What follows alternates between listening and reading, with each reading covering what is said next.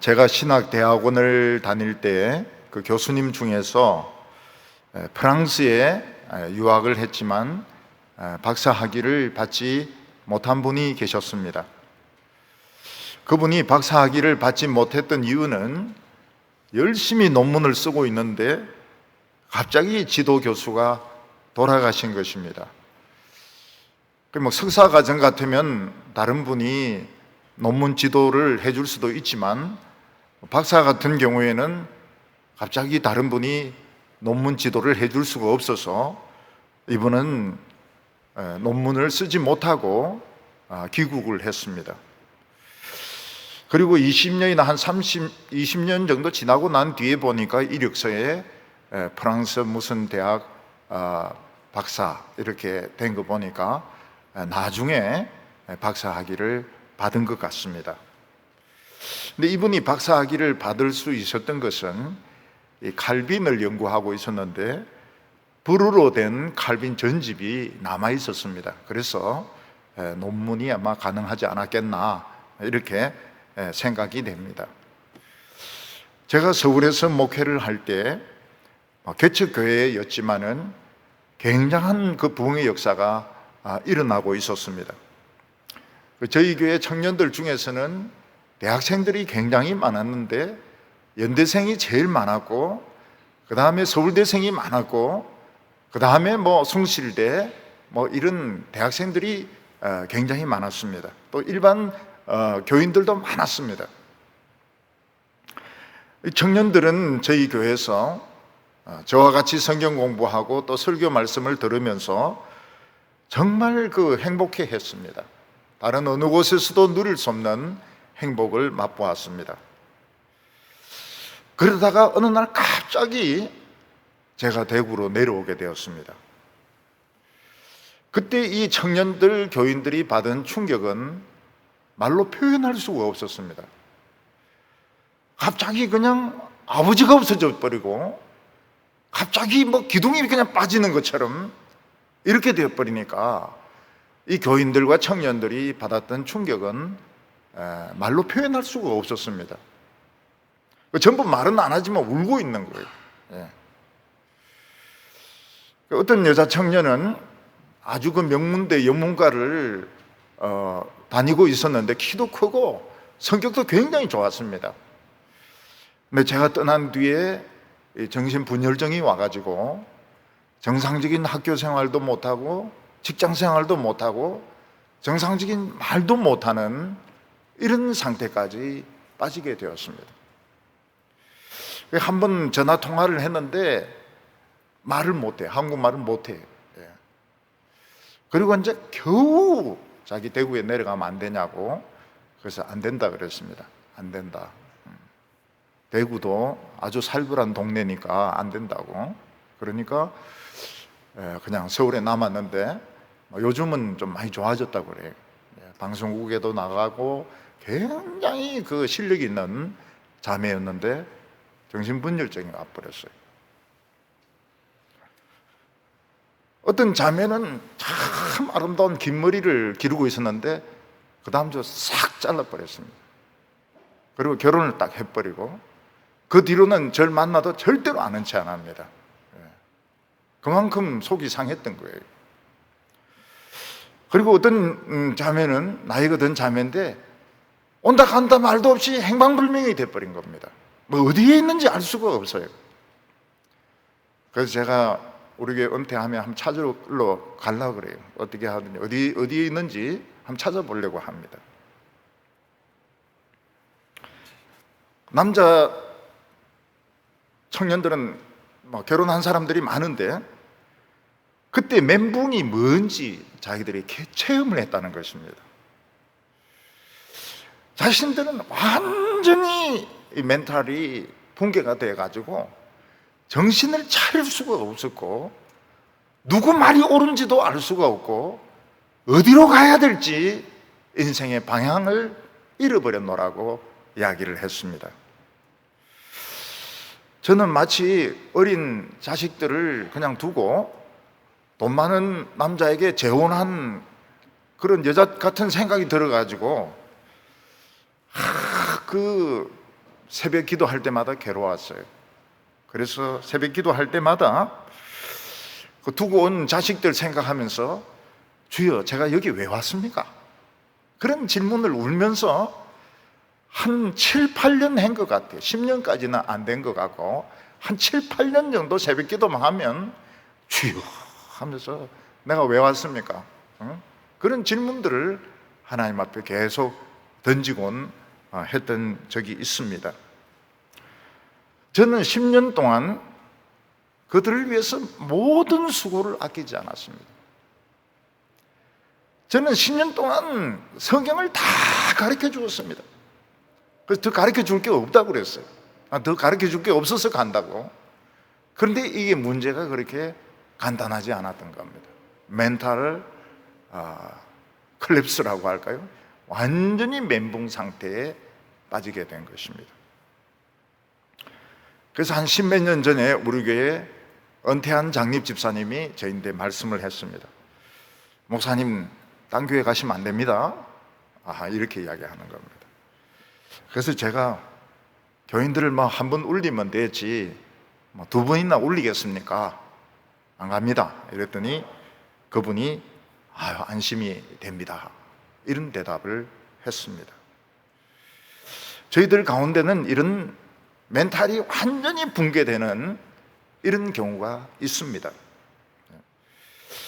아버지가 집안의 기둥이시고 참 너무 좋은 아버지이시고 또 부인에게는 너무 좋은 남편인데 어느 날 갑자기 심장마비로 돌아가시게 되었을 때 그 가족들은 그걸 받아들일 수가 없습니다. 이 생계 자체가 안 되니까요. 아버지가 돈을 버시다가 아버지가 돌아가시니까 생계가 안 되는 겁니다. 그리고 자식들은 집안 기둥이 허물어졌기 때문에 살아갈 의욕을 잃어버리게 되고 부인도 마찬가지입니다. 부인도 남편만 의지하고 살아왔는데 갑자기 그냥 심장마비로 돌아가시니까 살 의욕이 생기지 않는 것입니다. 우리 교회 어떤 여자 집사님이 공장을 옮기셨는데 꼭 담임 목사님이 오셔서 예배를 해줬으면 좋겠다. 그래서 제가 갔습니다. 보니까 공장도 크고 공장 부지도 크고 건물도 새로 잘 지었습니다. 어떻게 이 공장을 짓게 되었느냐 이래 물어보니까 아주 후진 동네에 있었는데 옆 공장에서 불이 나가지고 완전히 다 태웠다는 겁니다. 자기 공장까지. 다행히 보험 든 것이 있어가지고 지금 이 땅을 구입을 하고 여기 이제 공장을 새로 짓게 되었다. 그런 말씀을 하셨습니다. 그리고 남편도 그동안 돌아가시고 자신에게 제일 힘들었던 것이 무엇인가 하면 그냥 집에서 살림만 살다가 어느 날 갑자기 이 사업이란 걸 해야 되니까 자기는 뭘 해야 될지도 모르겠고 너무너무 힘들었다고 말씀을 하셨습니다. 요즘도 교회에 참 열심히 나오십니다. 열심히 나오시고 신앙도 참 굉장히 좋으신 분이십니다. 아들이 지금 이제 성인이 되었습니다. 아들이 성인이 되어가지고 회사 일도 많이 하고 또 여자 집사님도 경영 노하우가 많이 생겨가지고 경험이 생겨가지고 지금은 아마 사업이 안정되게 잘 되고 있는 것 같아요. 엘리사는 24마리의 소를 가지고 농사를 짓던 아주 부자 농부였습니다. 3년 반 동안 비가 오지 않는 바람에 농사를 다 망치기는 했지만 이제 다시 비가 오기 시작했기 때문에 열심히 농사를 지어서 그동안 손해본 것도 보충하고 또 다시 불을 일으켜야 되겠다. 이런 생각을 엘리사는 가지고 있었던 것입니다. 그래서 엘리사는 24마리의 소를 가지고 열심히 밭을 갈고 있었고 씨를 뿌리고 있었습니다. 근데 어느 날 하필이면 하나님의 종 엘리야가 거기에 나타나서 엘리사에게 자기 외투를 던졌습니다. 그게 무슨 뜻입니까? 너는 내 외투를 이제 집어 가지고 나를 졸졸 따라다니면서 내 심부름이나 해라, 이런 뜻인 것입니다. 아마 엘리사는 24마리의 소로 농사 짓는 것과 하나님의 말씀의 종의 종이 되는 것을 생각했을 것입니다. 그런데 엘리사는 하나님의 말씀의 종의 종이 되는 것이 너무나도 큰 축복이라고 생각했기 때문에, 하나님의 능력과 하나님의 말씀이 모든 부와 모든 이 세상의 재물보다 더 소중하다는 걸 알았기 때문에 그냥 전혀 망설이지 않고 엘리야를 따라가서 엘리야의 사환, 몸종이 되었던 것입니다. 몸종이라고 하는 것은 물 떠오라 하면 물 떠오고, 세수하려고 하면 수건하고 이 세숫대야를 갖다 놓고, 그리고 뭐 온갖 잡일을 다 하는 사람이 사환인 것입니다. 그렇지만은 하나님의 말씀의 종이기 때문에 엘리사는 기쁨으로 감당을 했습니다. 왜냐하면 엘리야가 있었기 때문에, 엘리야가 나의 길이기 때문에, 엘리야가 이스라엘의 능력이었기 때문에 그냥 기쁨으로 감당을 했습니다. 그런데 어느 날 엘리사는 아무 준비도 안 됐는데 하나님께서 엘리야를 데려가겠다고 말씀하시는 것입니다. 그러면 엘리사는 뭐가 됩니까? 엘리사는 엘리야 하나를 보고 소도 다 포기하고 밭도 포기하고 모든 걸 다 포기하고 따라왔는데, 엘리야가 없어지면 엘리사는 뭐가 됩니까? 완전히 닭 쫓던 개가 되는 것입니다. 너무너무 절망적인 멘붕의 상태에 빠지게 된 것입니다. 오늘 첫 번째는 엘리사가 버려야 했던 것이 무엇인가 하는 것입니다. 엘리사가 하나님의 부름을 받게 된 것은 엘리야가 엄청난 침체를 경험했기 때문입니다. 엘리야는 너무 침체가 커가지고 로덴 나무 밑에까지 가서 하나님 날 죽여달라고 그렇게 기도를 했습니다. 요즘 말로 표현하면 무슨 뜻입니까? 자살 충동까지 느꼈다는 것입니다. 죽고 싶었다는 겁니다.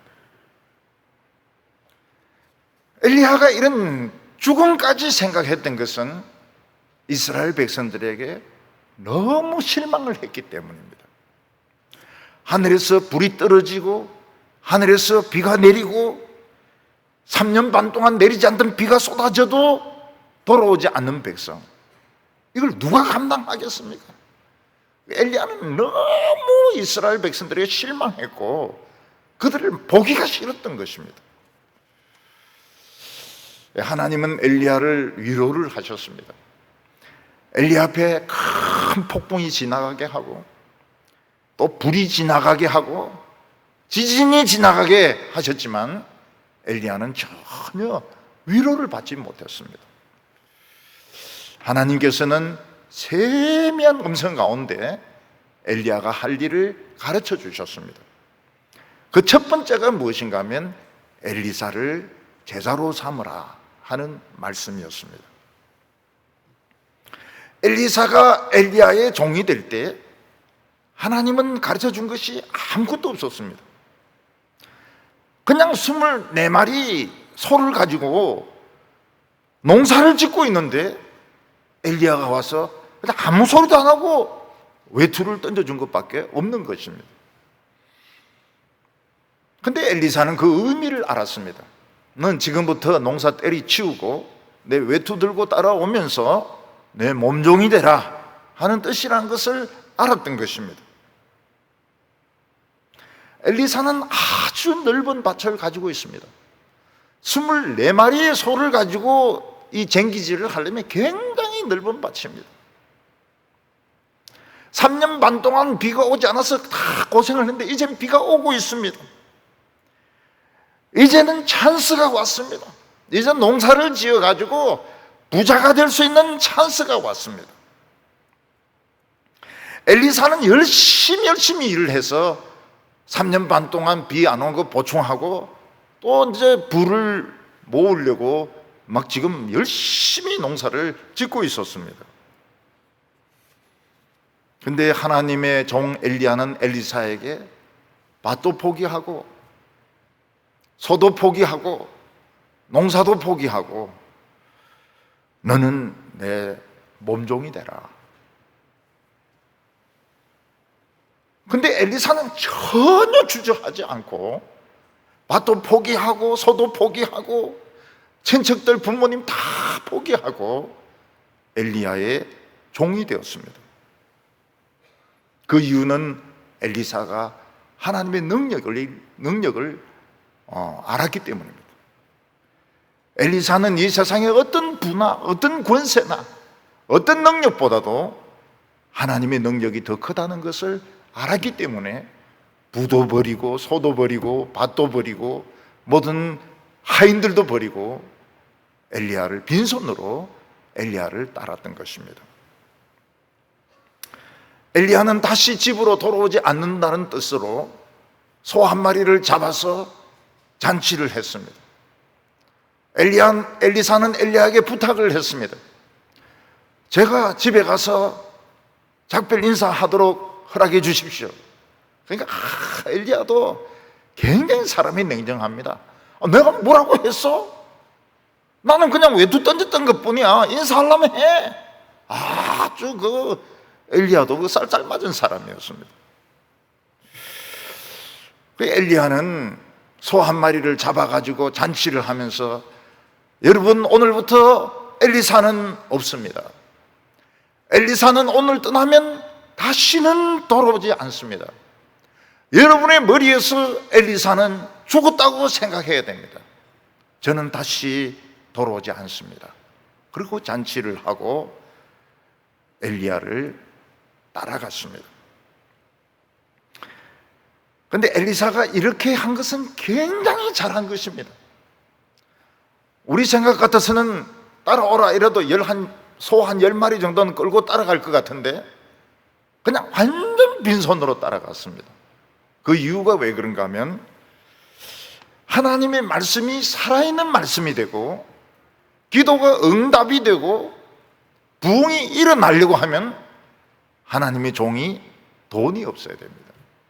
극한 가난 가운데서 하나님의 말씀을 붙들 때에 그때 기도가 응답이 되고 부흥이 오고 설교가 달라지는 것이지 돈 걱정하고 집 걱정하고 애들 걱정하고 그리고 아무리 설교해봐야 그 설교는 그냥 바이블 스터디에 불과하지 결코 능력이 나타나지 않는 것입니다. 그리고 우리나라의 목사들 보면 참 한심한 것이 아버지 교회 물려받으려 하고 돈 많은 장모 있는 그런 처녀하고 결혼하려고 그러고 또 외국에 가서 막 스펙을 쌓으려고 그러고 그러는데 절대로 부흥 안 일어납니다. 그런 식으로 해서 부흥이 일어난다면 정말 이 하나님의 말씀이 우스운 말씀이 될 겁니다. 모든 거 다 버리고 하기도 버리고 장모도 가난하고 아버지도 가난하고 아무것도 소 10마리도 끌고 가지 말고 다 버린 상태에서 기도할 때 기도가 응답되고 설교가 능력이 있고 교인들이 은혜를 받고 부흥이 일어나는 것입니다. 그래서 엘리사가 모든 걸 다 버리고 소 10마리라도 끌고 가지 않고 다 버리고 엘리야를 따라간 것은 잘한 것입니다. 예수님 당시에도 한 부자 청년이 있었습니다.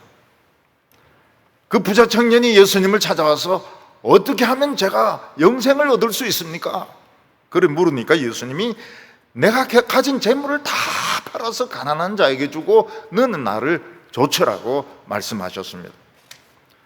이 청년은 영생을 얻으려고 생각했지만 예수님은 그 청년의 그 젊음, 그 청년의 인생을 쓰기를 원하셨던 것입니다.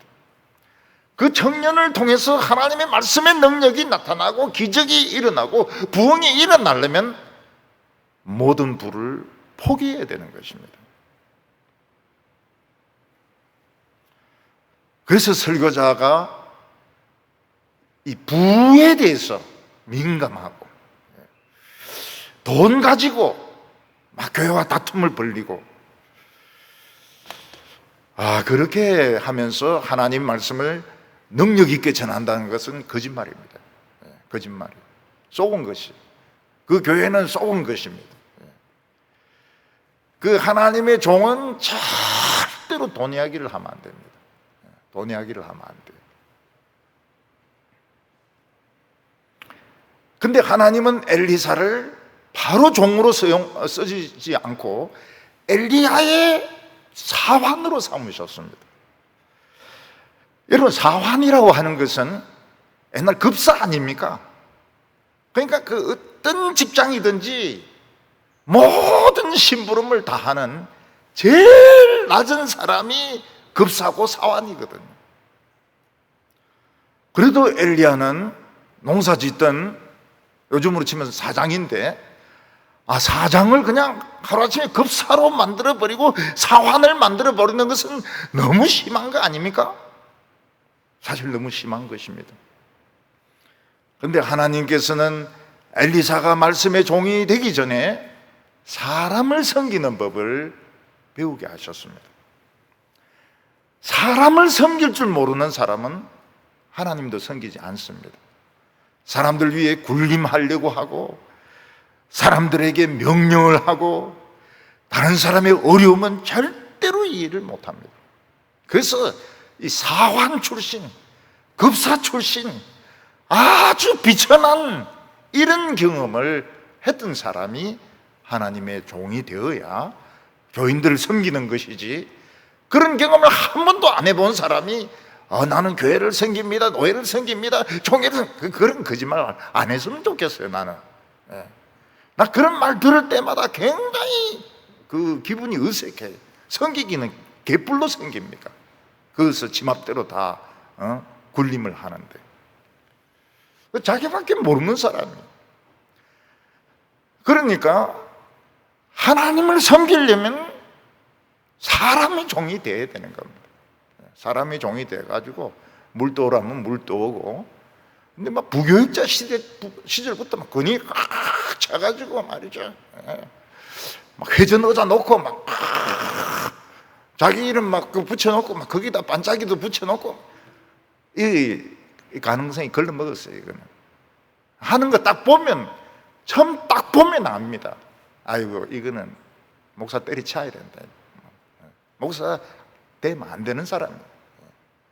그리고 뭐 커리어를 쌓아가지고 뭐 이 교회 저 교회 다니면서 경력을 쌓아가지고 큰 교회 가가지고 그거 속는 겁니다. 지금 한국교회 당에는 다 쏟고 있어요. 이 사환 출신, 이 급사 출신, 소수물의 마리를 포기하고 밭을 포기하고 급사가 된 이런 사람을 찾아야 되는데 요새 그런 사람이 어디 있습니까? 여기 쏟는 거예요. 잘생긴 거 보고 말 잘하는 거 보고 청빙을 했는데 설교는 막 개뿔도 내용이 없는 거예요. 오늘 두 번째로 하나님이 엘리야를 데려가시는 겁니다. 엘리사의 미래는 엘리야였습니다. 그래서 엘리사는 어려운 게 아무것도 없습니다. 엘리야가 시키는 심부름만 하면 되는 것이고, 엘리야가 가는 뒤를 쫄쫄 따라가는 것이 엘리사의 인생이었습니다. 엘리사의 모든 미래는 누구에게 있습니까? 엘리야에게 있습니다. 엘리야만 따라가면 되는 것입니다. 엘리야만 붙잡고 따라가는 것이 엘리사의 인생이었습니다. 근데 엘리사는 스스로 길 찾는 방법도 모르고 하나님의 능력을 가져오는 방법도 모르고 아무것도 모르는데 어느 날 하나님은 엘리야를 데려갈 계획을 가지고 계신다는 것을 알게 된 것입니다. 영감을 통해서 알게 된 것입니다. 아마도 하나님께서는 선지자의 세대 교체가 필요하다고 생각하신 것 같습니다. 그동안 엘리야는 좀 나이가 많이 든 것 같아요. 그리고 목숨을 걸고 아합과 3년 반 동안 싸우고 바알의 제사장 450명과 싸워서 하늘에서 불이 떨어지게 하고 그러면서 너무 지쳐 있었고 너무 이스라엘에 대해서 실망을 하고 있었던 것입니다. 그래서 하나님께서는 엘리야를 은퇴시키려고 생각하고 계신 것입니다. 우리가 생각하기에 가장 위대한 하나님의 종은 모세입니다. 그런데 하나님은 모세를 공중으로 데려가지 아니하셨어요. 하늘로 데려가지 아니하셨습니다. 하나님은 모세와 대면해서 말씀을 나누셨습니다. 요즘 대면 예배냐 비대면 예배냐 이래가 말이 굉장히 많은데, 모세는 하나님과 대면했고 이스라엘 백성들은 비대면이었습니다. 그래서 모세가 항상 수건을 쓰고 이야기를 했던 것입니다. 대면이냐 비대면이냐 이건 요즘 나온 게 아니고 이미 모세 때 나왔던 이야기입니다. 모세는 대면 예배를 드리고 이스라엘 백성들은 비대면 예배를 드리고, 왜냐하면 그들은 하나님의 말씀을 받아들일 준비가 안 되어 있습니다. 심장마비로 죽을 것 같아가지고 비대면을 원했던 것입니다. 모세는 10가지 재앙을 내리고 홍해를 갈라서 이스라엘 백성들이 그 바다를 건너게 하고 광야에서 이스라엘 백성들을 인도했던 최고의 능력의 종이었습니다. 그런데 모세는 하늘로 올라가지 않았습니다. 그 대신 모세가 원했던 것은 가나안 땅을 한번 보는 것이었습니다. 가나안 땅을 한번 밟아보는 것이었습니다. 예수님께서는, 하나님께서는 모세에게 느보산이란 좀 높은 산에 올라가서 가나안 땅을 다 보게 하시고 거기서 죽게 하십니다. 나이 든 사람이 참 지팡이를 들고 혼자 높은 산에 올라가서 거기서 혼자서 누워서 죽는 것도 참 장엄하죠. 굉장히 장엄하죠. 늙으면 어떻게 산에 올라갈 수 있겠습니까? 근데 모세도 살아서 하늘로 가지는 못했습니다. 근데 오히려 엘리야는 지금 너무 지쳐있고 너무 이스라엘 백성들에게 실망하고, 아까 이스라엘 백성들 꼴보기도 싫고 이세벨은 막 더 싫고, 그런 엘리야는 산채로 하늘로 데리고 가셨습니다. 우리가 하나님의 그 비밀을 알 수가 없죠. 열왕기하 2장 1절에 보면 여호와께서 회리바람으로 엘리야를 하늘로 올리고자 하실 때에 엘리야가 엘리사와 더불어 길갈로 나아가더니 하나님은 한평생을 바알과 싸우고 지칠 대로 지친 이 엘리야를 가장 영광스러운 방법으로 은퇴를 시켰습니다. 그의 마지막을 정말 아름답게 하셨습니다. 그게 무엇인가 하면 그가 이 세상에서 죽음을 경험하지 않고 산채로 불말과 불병거를 타고 하늘로 올라간 것이었습니다. 이 세상에서 암이나 이 세상에서 불치병으로 또는 이 세상에서 핍박으로 많은 고통당하다가 죽은 성도들은 하나님의 천사가 손잡고 데리고 갑니다. 아주 영광스럽게 데리고 갑니다. 그러나 엘리야는 죽음을 경험하지 않고 산채로 불말과 불병거를 타고 하늘로 올라갔습니다. 이것은 우리에게 중요한 의미를 줍니다. 그게 무엇인가? 우리 모든 인간들은 다 죽어야 되고 죽으면 끝장이라고 생각합니다. 그러나 죽음은 우리의 운명도 아니고 우리의 끝장도 아닙니다. 단지 죄가 우리를 죽이는 것입니다. 하나님께서 죄를 없애주시면 우리는 죽음을 뚫고 영생으로 가는 것입니다. 그걸 이 엘리야는 보여주었습니다. 우리 인간들이 에덴 동산에서 죄짓기 전에는 이런 상태에 있었습니다. 엘리야와 같은 상태에 있었습니다. 죽지 않고 영생으로 들어가게 되어 있었는데 죄짓는 바람에 다 죽는 것입니다. 죽어야 돼요. 죽는 게 마지막 순간이, 마지막 순종입니다. 죽으면서 마지막으로 이 하나님 앞에 성숙하게 됩니다. 어떤 교인은 부인을 많이 때렸습니다. 얼마나 심하게 때렸는가 하면 막 눈알이 튀어나올 정도로 때렸습니다. 또 바람도 피우고 뭐 참 자기 마음대로 살았는데 늙어서 우리 교회에 나왔습니다. 그리고 늙어서 집사가 된 뒤에, 은퇴 집사가 된 후에는 진짜 예배를 안 빠졌습니다. 예배를 안 빠지고 열심히 다녔는데 이분이 돌아가실 때 꼭 40일 걸렸습니다. 곡기를 끊고 식사를 못하고 꼭 40일 알았습니다. 그 40일 동안 뭐 했느냐?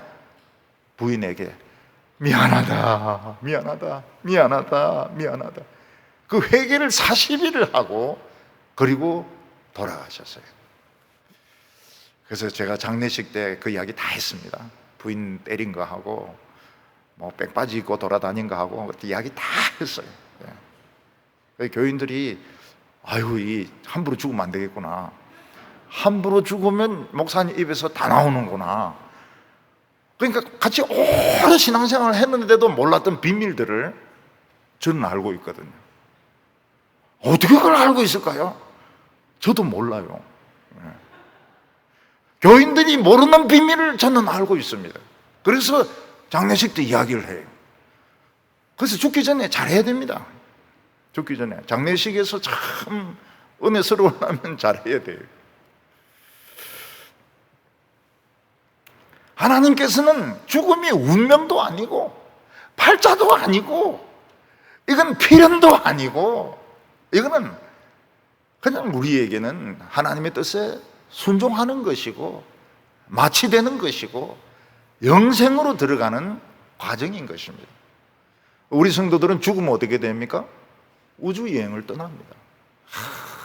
멋진 우주여행을 떠납니다. 너무너무 멋있어요. 엘리사는 지금 아무것도 준비가 되어 있지 않습니다. 기도할 능력도 없고 악한 사탄의 세력과 싸워서 이길 힘도 없고 말씀의 지혜도 없고 그냥 엘리야만 따라다닌 거예요. 물 떠다 바치고 수건 갖다 드리고 그리고 뭐 신발 매 드리고 그리고 뭐 쫄쫄 따라다닌 것밖에 없는 거예요. 근데 하나님께서 엘리야를 데려가시겠다. 그럼 길이 어디 있습니까? 길이 어디 있어요? 능력이 어디 있어요? 아직 능력 받는 방법도 모르는데 하나님의 음성을 듣는 방법도 모르는데 멘붕이죠. 완전 멘붕이죠. 하나님이 엘리사를 버리는 것 같았습니다. 그래서 엘리사는 결심을 했습니다. 나는 엘리야 선생님을 절대로 놓지 않는다. 하나님이 데려가신다 해도 나는 못 가게 할 거다. 꽉 다리 잡고 절대로 엘리야를 놓치지 않겠다. 그렇게 결심을 한 겁니다. 왜냐하면 자기는 아무 능력이 없으니까요. 이스라엘이 그렇게 우상 숭배하고도 망하지 않았던 것은 엘리야 한 사람 때문이었습니다. 이스라엘 백성들이 그렇게 죄짓고도 멸망당하지 않은 것은 엘리야 한 사람 때문이었습니다. 엘리야는 10만 대군보다 더 능력이 있었습니다. 그런 사람을 어떻게 보내줍니까? 자기는 아무 준비도 안 돼 있는데 하나님의 음성을 들을 줄도 모르고 능력을 받을 줄도 모르고 사탄과 싸울 줄도 모르고 불이 내리는 것도 모르고 이런데 어떻게 엘리야를 보낼 수가 있습니까? 지금 엘리야와 엘리사 사이에 팽팽한 긴장이 있습니다. 엘리야는 하나님이 불러서 지금 가야 됩니다. 지금 엘리야 심정도 좋은 심정은 아니에요. 왜냐하면 뭐 살아서 가는 것이 참 좋기는 하지만 결국 죽는 거하고 똑같은 거거든요. 이 세상 모든 가족들과 이 세상과는 작별입니다. 다시는 돌아올 수 없습니다.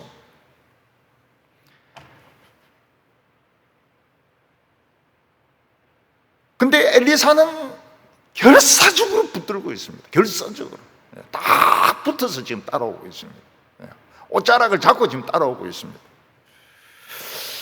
처음에 간 곳이 이제 길갈인데, 이 길갈도 이 보통 곳이 아니에요. 길갈에서부터 가나안 땅 공격을 시작했거든요.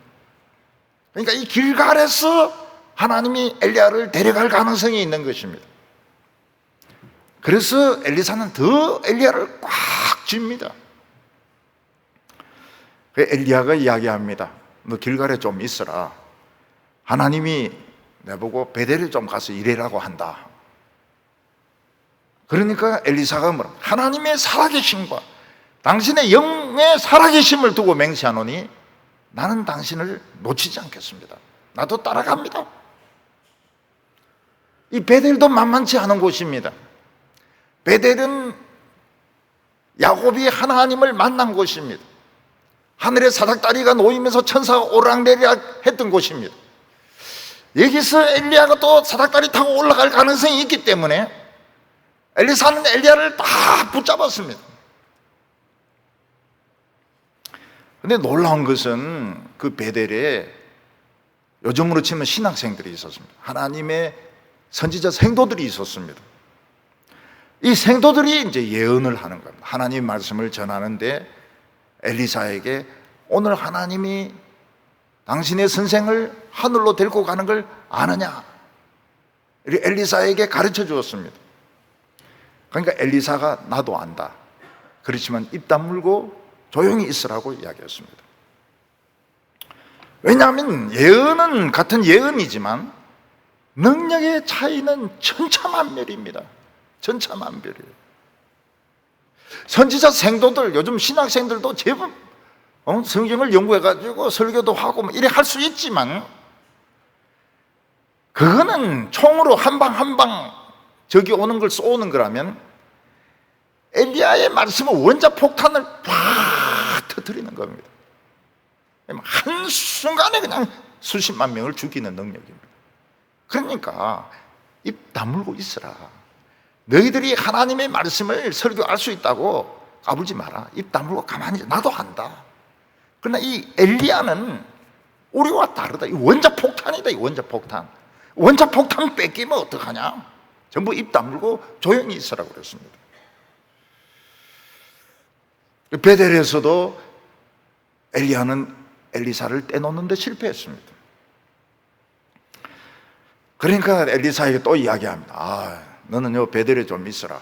나는 하나님은 여리고에 좀 가서 일 좀 보라고 하는데 여리고에 좀 가야 되겠다. 그러니까 엘리사가 뭐라고 말합니까? 하나님의 살아계심과 당신의 영의 살아계심을 두고 맹세하노니 절대로 당신을 놓치지 않겠습니다. 절대로 당신을 놓치지 않겠습니다. 그게 딱 잡고 있으니까 어쩔 수 없이 또 엘리사를 데리고 베델에서 여리고까지 왔습니다. 근데 여리고에서는 또 많은 신학생들이 있었습니다. 그들이 똑같은 소리를 하는 거예요. 오늘 하나님이 너희 선생을 하늘로 데리고 가는 걸 아느냐? 네, 알고 있다. 입 다물어라. 우리가 예언하는 것과 하나님의 이 엘리야가 예언하는 것은 근본적으로 파워가 틀리다는 거예요. 우리가 새총이라면 엘리야는 원자폭탄이라는 거예요. 원자폭탄을 어떻게 놓칠 수가 있느냐? 너희들 좀 안다고 입 놀리지 마라. 너희들은 새총이고 엘리야는 원자폭탄이고 까불지 말아요. 제발 까불지 말았으면 좋겠다고. 같은 하나님의 말씀이지만 파워에는 엄청난 차이가 있습니다. 어떤 사람은 그냥 이 책 저 책에서 모아가지고 책 읽듯이 하는 분이 있는가 하면 어떤 분은 하나님의 그 육성을 듣게 해요. 하나님의 육성이 들려요. 그거 얼마나 큰 차이가 납니까? 우리는 예배 시간마다 원자폭탄을 터뜨려야 됩니다. 폭탄이 터져야 돼요. 원자폭탄. 성령의 원자폭탄이 막 터져야 됩니다. 이게 엘리야의 능력이었습니다. 근데 이 신학생들이나 엘리사는 새총이었습니다. 새총. 새 잡는 새총이었습니다. 엘리야는 여리고까지 갔지만은 엘리사는 떠날 생각을 안 합니다. 꽉 붙잡고 있습니다. 여리고도 이 만만치 않은 곳입니다. 이스라엘 백성들이 가나안 땅을 전공할 때 처음 무너뜨린 곳입니다. 혹시 여기서 또 엘리야가 하늘로 올라갈 수도 있습니다. 엘리야의 마음이야 엘리사하고 같이 있고 싶죠. 엘리야는 엘리사와 오래 함께 있으면서 하나님의 일을 같이 하고 싶었을 것입니다. 그러나 하나님이 오라고 하는데 안 갈 수가 있습니까? 하나님이 엘리야 너 오라고 하는데 준비가 안 된 줄 알면서도 가야 되는 것입니다. 엘리야는 자꾸 엘리사에게 진실을 이야기하지 않습니다. 하나님이 저기 가야 된다, 여기 가야 된다, 저쪽으로 또 보내신다 이러면서 자꾸 엘리사를 떼놓으려고 하는 겁니다. 그런데 엘리사는 벌써 알았습니다. 하나님이 엘리야를 뺏어가려고 한다는 걸 알고는 결사적으로 하나님의 살아계심과 당신의 영혼의 살아계심을 두고 맹세하노니 절대로 당신을 놓치지 않겠습니다. 결국은 그들이 요단강가까지 왔습니다. 요단강 가에는 누가 있었습니까? 이 선지자들, 생도들, 제자들이 한 50명 정도가 있었습니다.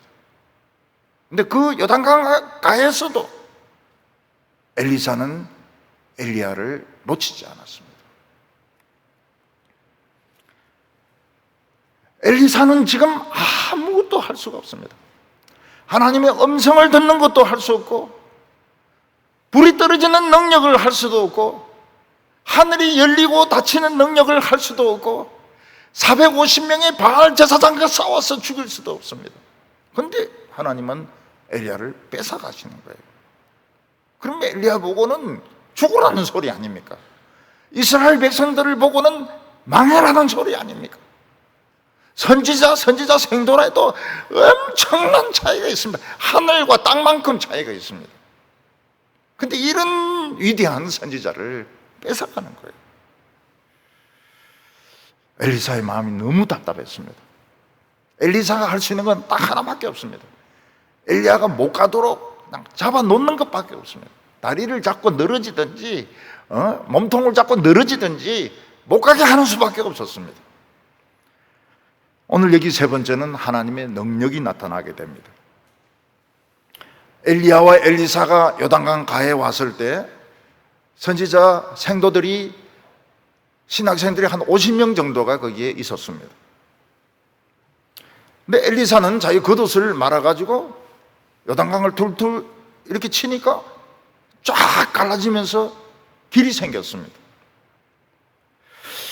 엘리사는 요단강이 갈라지는 것은 여호수아 때나 있는 것이지 지금은 그런 일이 없다고 생각했습니다. 근데 자기 선생 엘리야가 얼마나 대단한 사람인가 하면 그냥 옷 벗어가지고 그냥 척척 이러니까 요단강이 쫙 갈라지는 거예요.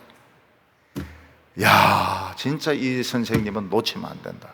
진짜 이분은 놓치면 안 된다. 여호수아 때 나타나던 능력이 그냥 너무 쉽게 나타나는 겁니다.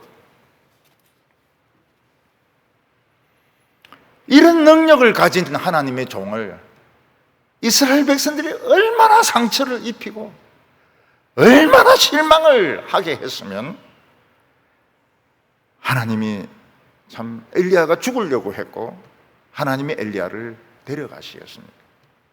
지금 엘리야는 너무 상처가 깊어가지고 이스라엘 백성들 지금 상대하고 싶지가 않은 겁니다. 아합을 꼴을 보기 싫은 겁니다. 아합은 벌써 죽었지만은 이세벨 이자 소리도 듣기 싫은 겁니다. 얼마나 깊은 상처를 주었든지 얼마나 그를 불신했든지 이 능력의 종 옷만 벗어가지고 척척 이러니까 요단강이 갈라지는데 그런 종을 하나님 데리고 가려고 하시는 겁니다. 엘리사가 요단강 건너편까지 따라가니까 엘리야가 솔직하게 이야기합니다. 사실은 하나님이 나를 저쪽 세상으로 데려가려고 하신다. 하늘 위로, 보통은 땅으로 데려가시지만 하늘 위로 데리고 가려고 하신다. 근데 너가 나를 너무 붙잡고 있기 때문에 내가 지금 갈 수가 없는데 뭘 해주면은 너가 나를 놓아주겠느냐. 이 질문을 합니다. 그 진실한 이야기를 하는데 몇 번 걸려요, 몇 번. 몇 번. 뭐 길갈에서 또 뭐 베델에서 그리고 여리고에서 요단강 가에서 요단강을 건너가고. 이거는 솔로몬에게도 마찬가지입니다. 하나님께서 너에게 무엇을 원해주기를 원하느냐? 1000번제를 드린다. 1000번제. 원래 이스라엘은 상번제, 하번제 이래가지고 아침 저녁을 드리는데 그거 말고 1000번을 번제를 드리는 거예요. 1000번을 번제로 드리는 거예요. 그리고 1000번이 맞췄을 때 하나님이 뭐라고 말씀하십니까? 그런데 너가 뭐 때문에 번제를 바치느냐? 그걸 묻는 겁니다. 그러니까 우리는 하나님의 응답이 막 빨리 막 레코드 녹음했듯이 너는 무엇이 될지니라, 선지자가 될지니라, 뭐 선교사가 되어서 뭘 하고 이렇게 생각하면 안 돼요. 하나님이 꼭 사기꾼은 아니지만은 사기꾼 같이 절로 가야 되겠다, 일로 가야 되겠다, 뭐 이러면서 자꾸 딴짓을 하는 거예요.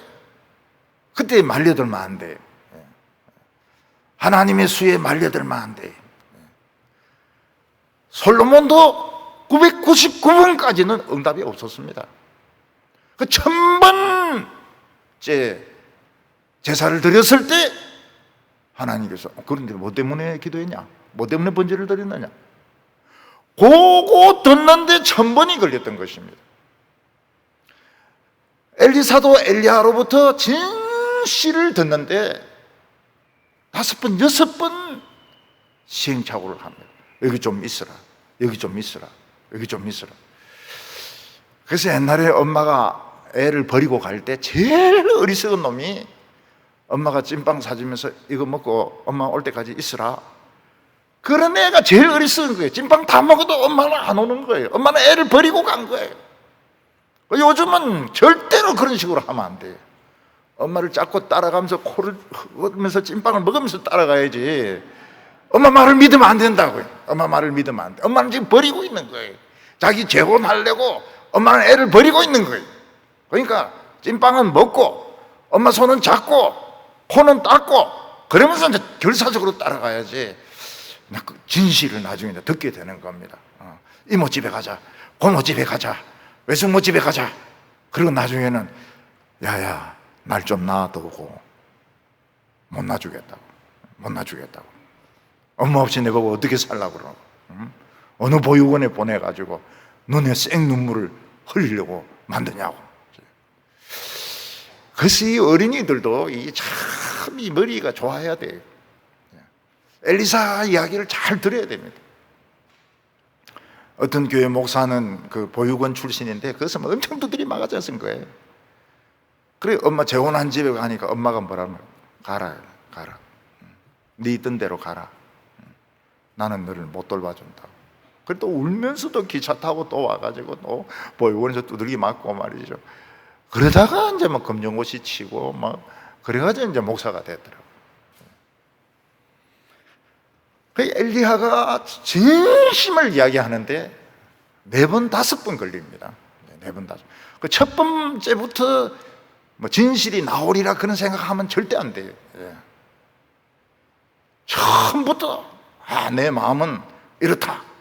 그랬다면 왕창 쏟는 겁니다. 찐빵 하나만 먹고 그냥 울면서 그냥 버림 당하는 거예요. 우리 성도들은 결사적으로 베델에 좀 찐빵 먹으면서 있어라. 그래도 절대로 그거 있으면 안 돼요. 그 먹으면서 계속 엘리사를 따라다녀야 돼요. 그래서 이 질문을 받아야 되는 거예요. 내가 어떻게 하면 너가 나를 좀 놔주겠느냐? 그 질문을 받아야 되는 겁니다. 그 질문을 받기까지 엘리사는 엘리야를 놓아주지 않았습니다. 솔로몬은 하나님께 번제 드리는 것을 중단하지 않았습니다.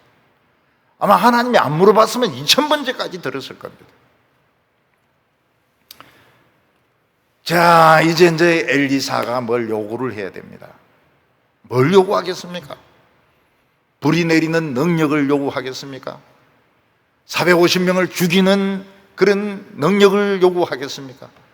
많은 돈을 요구하겠습니까? 명예를 요구하겠습니까? 엘리야는 그런 수준이 아니었습니다. 엘리야는 당신의 능력에 갑절을 주십시오. 옛날 번역에는 당신의 갑절의 영감을 원합니다. 갑절의 성령의 능력을 달라고 이야기합니다. 지금 어쩔 수 없이 엘리야를 보내야 된다면 엘리야가 가진 능력에 갑절의 능력이 필요하다는 거예요. 왜냐하면 자신은 약하고 세상은 갑절이 악해졌기 때문에 갑절의 능력이 필요합니다. 요즘은 세상이 3배, 4배나 악해졌습니다. 너무 병이 많아요. 너무 병이 많아요. 너무 병이 많은 것을 그냥 넘어가면 안 됩니다. 허리 환자들 수두룩해요. 그리고 막 요즘 여성들이 이 유방암이 또 이게 많이 생기고 있더라고요. 유방암이 생기고 있더라고요. 그리고 뭐 코로나 19도 막 퍼지고 있고, 클럽에서 댄스 하다가 걸리는데 왜 이 교회를 자꾸 그 문을 닫는지 모르겠어요.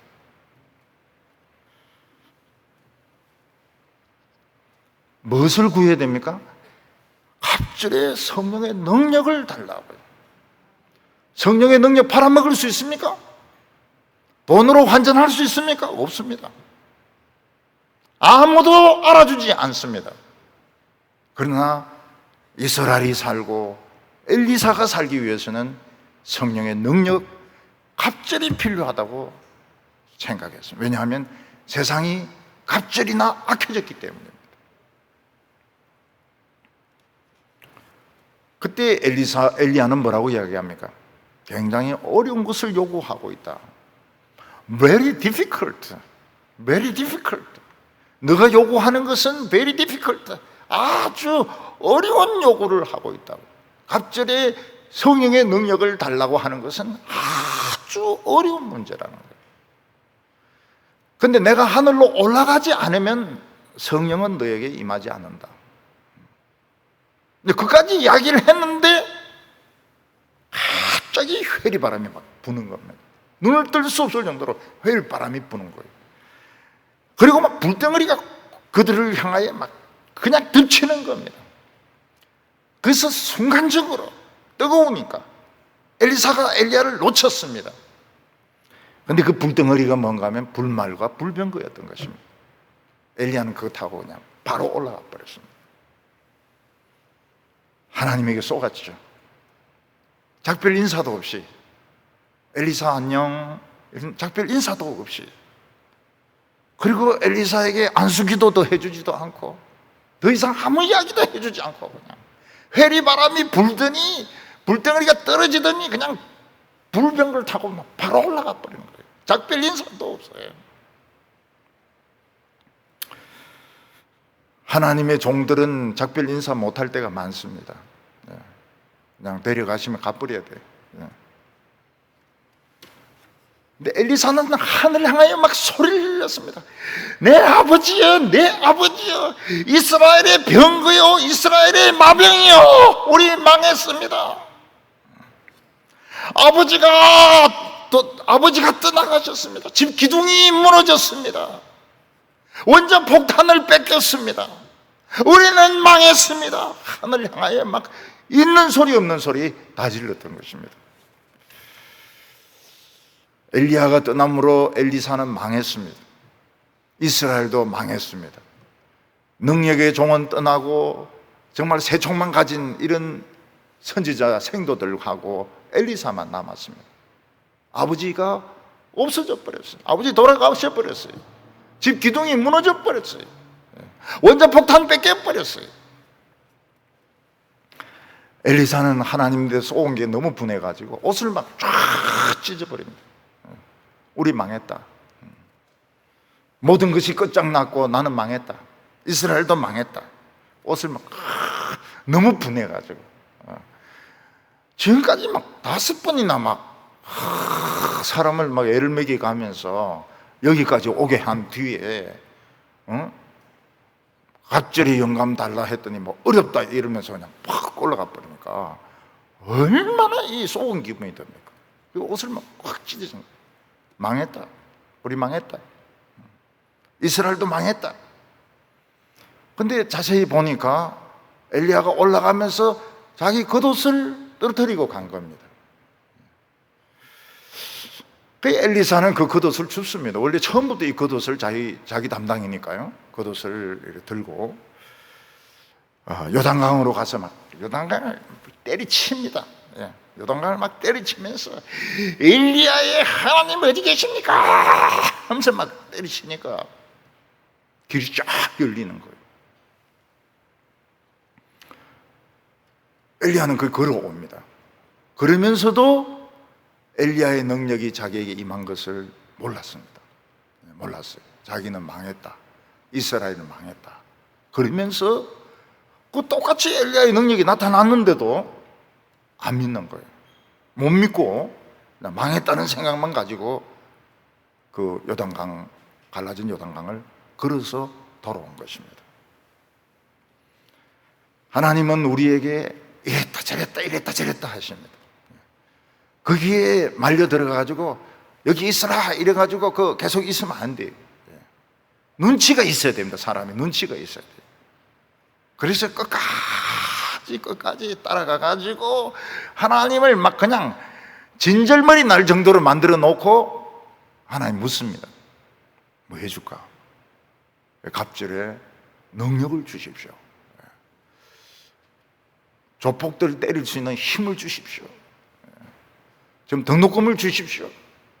그런 거 하지 말고 큰 걸 노려야 됩니다. 큰 걸 노려야 돼요. 엘리야의 갑절의 능력을 주십시오. 예수님의 능력을 주십시오. 오늘 사람들은 그런 기도는 안 하고 자꾸 예수님 재림하십시오, 재림하십시오 이러는데 그 예수님 마음대로 안 된다고요. 주님 오십시오. 지금 세상이 막 너무 악합니다. 코로나가 너무 퍼졌습니다. 나라가 너무 썩었습니다. 예수님 오십시오. 그런 기도를 왜 합니까? 올 때 되면 오시는데 그런 기도 하지 말라고요. 우리 세상이 갑질로 악해졌습니다. 여러분 대구는 진짜 정신병 걸리기 딱 알맞은 부인들 우울증 걸리기 딱 갇혀있지 않습니까? 딱 갇혀있고 전부 절이 동화사, 박애사 막 이런 절들이 있고 말이죠. 이 교회가 막 부흥이 팍 일어나면 이제 사는데 뭐 간판 자기 뭐 어떤 간판 달라 그러고 뭐 이렇게 하면은 젊은 사람들이나 부인들 우울증 다 걸립니다. 자살이 엄청나게 많아지게 됩니다. 자살도 병입니다. 오랫동안 우울증 앓다 보면 그 충동을 못 이기는 거예요. 못 이겨요. 오늘 우리가 알아야 될 것이 무엇인가 하면 하나님은 정답을 바로 안 주신다는 거예요. 그래서 이쪽으로 가자 저쪽으로 가자 뭐 이렇게 할 때도 놓치면 안 됩니다. 엘리야의 갑절의 능력, 마귀와 싸워서 이길 수 있는 능력, 하나님의 음성을 들을 수 있는 능력, 부흥을 일으킬 수 있는 능력, 기도의 응답을 받을 수 있는 능력 받을 때까지 절대로 하나님을 놓치지 말고 기도에 항상 힘쓰는 우리 성도들 되시기를 바랍니다. 기도드리겠습니다. 거룩하신 하나님 아버지, 오늘도 저희들에게 금요 기도회를 허락해 주셔서 참 저희들이 20년이 넘도록 하나님께 매달리게 하여 주시니 감사합니다. 우리에게 원자폭탄이 거의 만들어진 줄로 우리는 알고 있습니다. 그렇지만 감히 사탄이 금요 기도회를 중단시키는 것을 우리는 몇 번이나 보았습니다. 주여 그냥 두지 마시고 쇠몽둥이로 사탄을 두들겨 주시기를 원합니다. 질그릇을 깨트리듯이 깨트려 주시기를 원합니다. 우리가 너무 쉽게 하나님을 포기하지 말게 하여 주시옵소서. 끝까지 주님을 따라가게 하여 주시옵소서. 예수님의 이름으로 기도하옵나이다. 아멘.